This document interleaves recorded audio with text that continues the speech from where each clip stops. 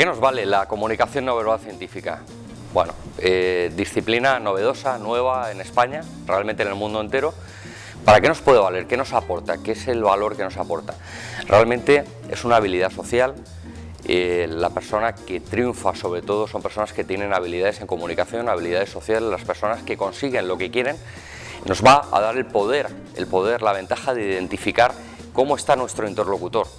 Con esa ventaja podremos descifrar cómo está y podremos actuar en consecuencia.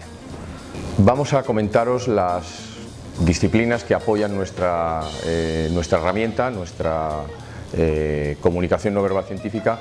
La primera de ellas es la sinergología, que es una disciplina y a la vez es un método también que nos permite identificar primero, analizar en segundo lugar e interpretar los gestos que realiza una persona de una manera no consciente.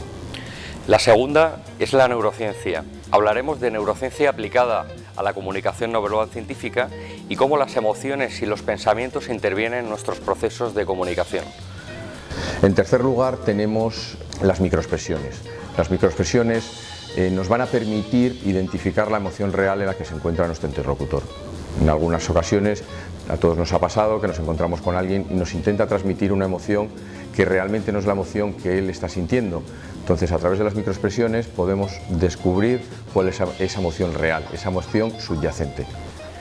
Y la última pata, como esta mesa que tiene 4 patas, sin la cual no se sustenta la comunicación no verbal científica, es la paralingüística, el estudio de la voz, el tono, el volumen, las pausas, las trabas. Podemos detectar la emoción de cada persona dependiendo de esa tonalidad, dependiendo de ese volumen, de esa velocidad, y también es un tema específico en detección de mentiras. ¿Qué podemos descubrir gracias a la comunicación no verbal científica? Pues lo primero que podemos descubrir es el apartado de la verdad. Podemos realmente descubrir si una persona nos está transmitiendo toda la verdad o realmente hay incongruencias entre sus palabras y sus gestos, lo que nos transmite con sus palabras y lo que nos transmite con sus gestos.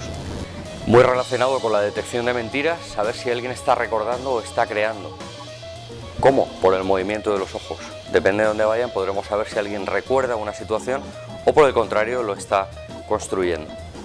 Nuestra disciplina, aparte de poder identificar cómo se encuentra una persona o cómo es esa persona en realidad, por sus rasgos físicos, podemos saber en el momento concreto en el que estamos interactuando con ella, por sus micromovimientos, por sus gestos, cómo realmente está con nosotros. Si realmente se encuentra a gusto, si no se encuentra, si tiene un desagrado, si realmente no está interesado en lo que le estamos transmitiendo.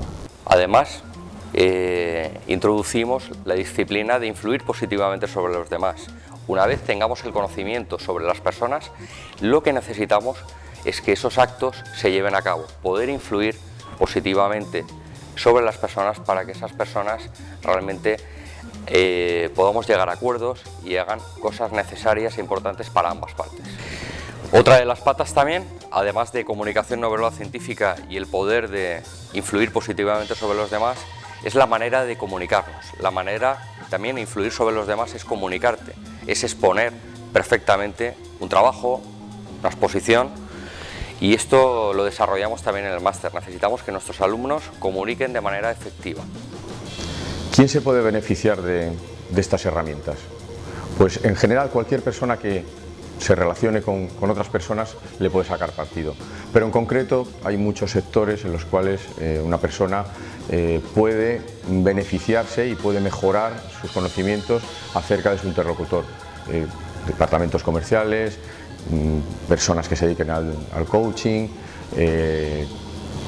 todo tipo de abogados, procuradores relacionados con el tema de la justicia, directivos de empresa a nivel de coordinación, liderazgo de equipos, fuerzas y cuerpos de seguridad del Estado. Realmente al final cualquier persona que en su trabajo interaccione con otras personas va a obtener un beneficio muy importante de estas herramientas.